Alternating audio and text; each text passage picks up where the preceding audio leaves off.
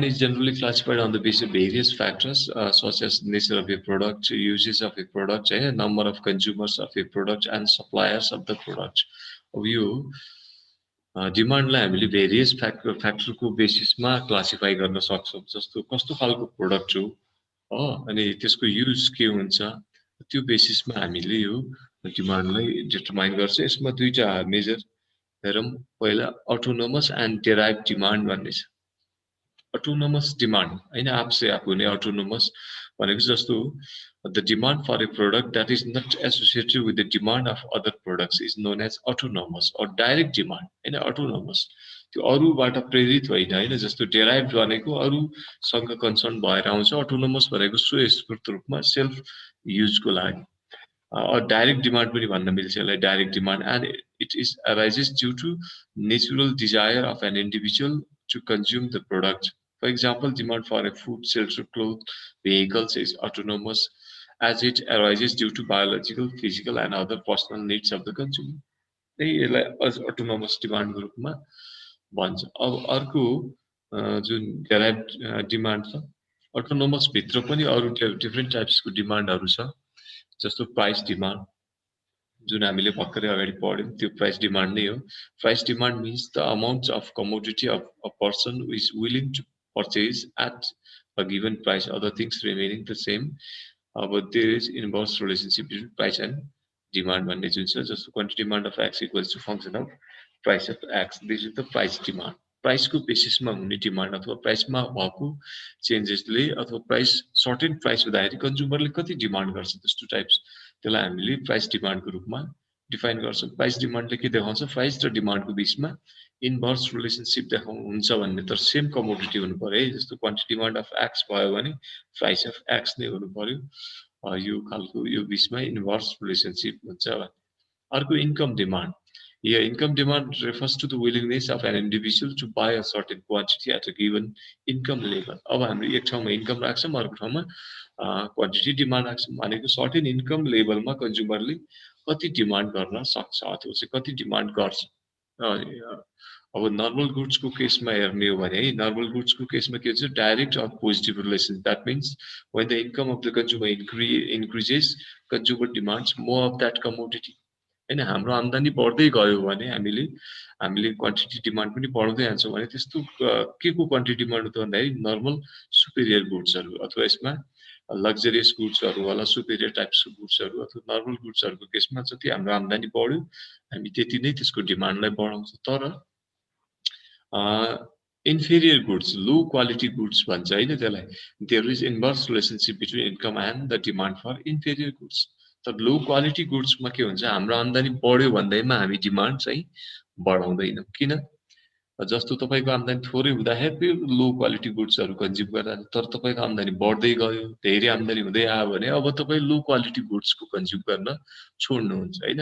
अब जस्तो पहिला चाहिँ फ्रोजन भेजिटेबलहरू युज गर्नुहुन्थ्यो, फ्रोजन फ्रुट्सहरू युज गर्नुहुन्थ्यो तपाईले।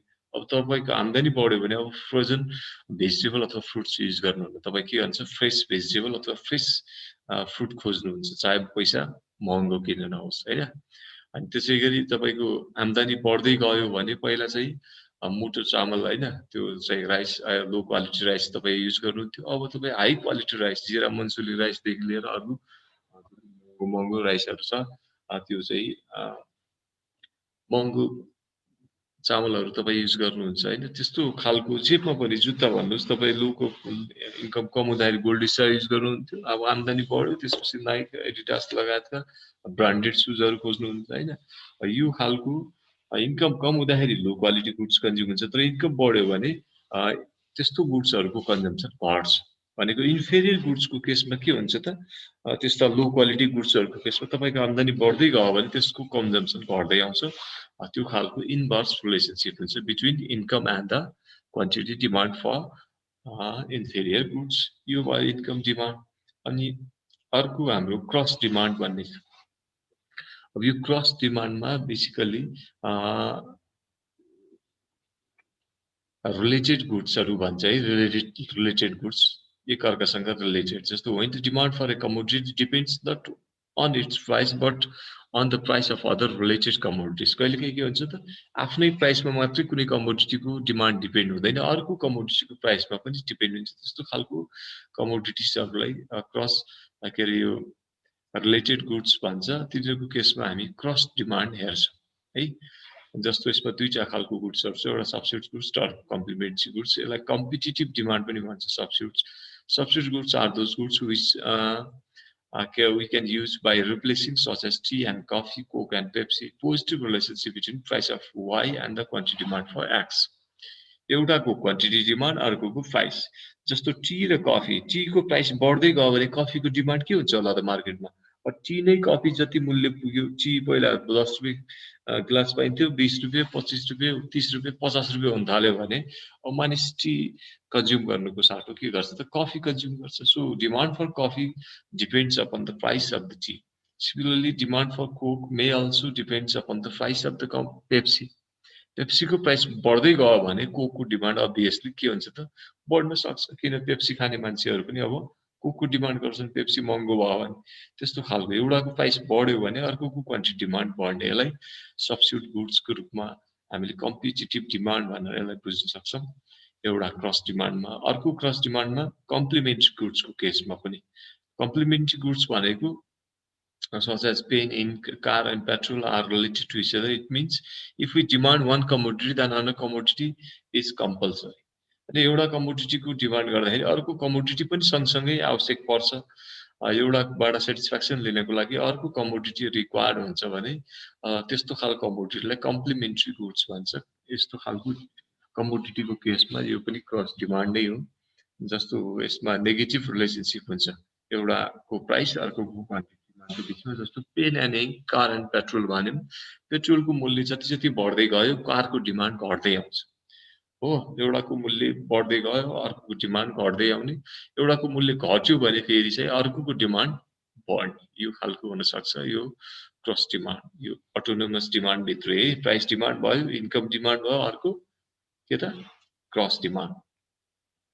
अब अर्को चाहिँ हाम्रो डेराइभ डिमान्ड भन्छ, अर्को टाइप्सको डिमान्ड। यसलाई इन्ड्युस्ड अथवा इन्डाइरेक्ट डिमान्ड भन्छ। जस्तो indirect induced demand refers to demand for a particular commodity that arises due to the demand for other products. For example, demand for petrol, diesel, and other lubricants depends upon the demand of vehicle. Similarly, demand for a helmet, windproof jacket is derived as the demand for motorbike. Moreover, the demand for substitute and complementary goods is also derived demand. हामीले अगाडि जुन cross डिमान्डमा पढेको थियौँ नि, cross डिमान्डमा पढेको in fact त्यो substitute र complementary गुड्सको जुन डिमान्ड थियो त्यसलाई हामीले डेराइभ डिमान्डको रूपमा डिफाइन गर्न सक्छौँ। यो इन्ड्युस डिमान्ड हो अथवा इन्डाइरेक्ट डिमान्ड हो। डाइरेक्ट हामीले यहाँ डिमान्ड गरेनौँ हैन। जस्तो हेलमेटको र अथवा विन्डप्रुफ ज्याकेटको डिमान्ड केसँग एसोसिएट हुन्छ त मोटर बाइकसँग। जति मोटर बाइकको बिक्री भयो त्यति नै हेलमेट अथवा विन्डप्रुफ ज्याकेटको पनि बिक्री होला हो। अब त्यसै गरी अब यहाँ भेहिकल्सहरूको नेपालमा कति बिक्री भइरहेको छ, कति डिमान्ड भइरहेको छ, त्यो बेसमा नै पेट्रोल र डिजेलको कति डिमान्ड हुन्छ भन्ने कुरा डिटरमाइन हुन्छ। सो यस्तो खालको डिमान्ड भनेको डेराइभ डिमान्ड। एउटाको डिमान्डले अर्कोको डिमान्ड डेराइभ हुने के, त्यस्तो इन्ड्युस्ड अथवा यसलाई इन्डाइरेक्ट डिमान्ड पनि भन्छ। यो हामीले जुन अगाडि भर्खरै भन्यौँ त्यो क्रस डिमान्डमा सब्स्टिट्युट र कम्प्लिमेन्ट्री गुड्सको केसमा त्यो डिमान्ड पनि इनफ्याक्ट के हो त त्यो इन्ड्युस्ड अथवा इन्डाइरेक्ट डिमान्ड नै हो। अब यसभन्दा पछाडि अर्को खालको डिमान्ड छ जोइन्ट डिमान्ड। यो जोइन्ट डिमान्डमा चाहिँ जस्तो क्वान्टिटी डिमान्ड फर सेभरल गुड्सहरू जोइन्टली है एकैचोटि by a consumer to fulfil their single purpose. एउटा सिंगल निड्स अथवा पर्पजको लागि यदि हामीले थुप्रै गुड्सहरूको डिमान्ड गर्छौँ, यो फिनिश गुड्स पनि हुन सक्छ, फाइनल गुड्सको डिमान्ड गर्छौँ भने is known as joint demand भन्छ एज अ फिनिश गुड्स हैन। जस्तो अब यसमा example to prepare a cup of coffee हैन, we need several demands like sugar, milk, coffee powder and the water हो। भनेको हामी सबै गुड्सहरूको यो र मेटेरियल्सहरूदेखि लिएर अरू चिजहरूको डिमान्ड गर्छौँ एउटा पर्पजको लागि, एउटा सिंगल युजको लागि। Similarly, for the construction of a house, we require land, labor, capital, organization, and materials like cement, bricks, lime, etc.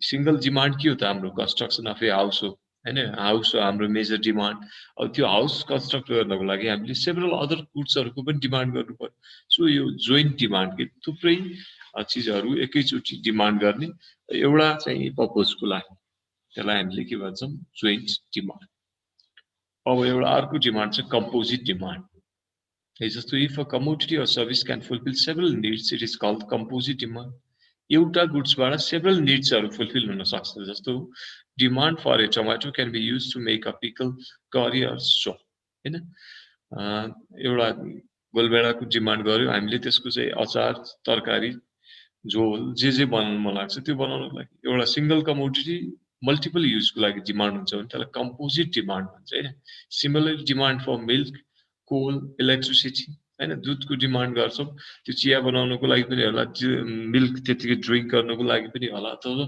मिल्कलाई use गरेर हामीले सेभरल त्यो मिठाईहरु हैन त्यो स्वीट्सहरु बनाउनको लागि पनि त्यसको युज गर्न सकिन्छ सिमिलरली कोल इलेक्ट्रिसिटी तपाई इलेक्ट्रिसिटीको डिमान्ड लाइटनिङको लागि मात्रै हैन हिटिङ बाथिङ कुकिङ हैन यो चार्जिङ हरेक कुराको लागि हाम्रो त्यो डिमान्ड हुन्छ यसलाई कम्पोजिट डिमान्ड भन्छ सिंगल कमोडिटी डिमान्ड हुने तर मल्टिपल पर्पजको लागि यसलाई कम्पोजिट डिमान्ड भन्छ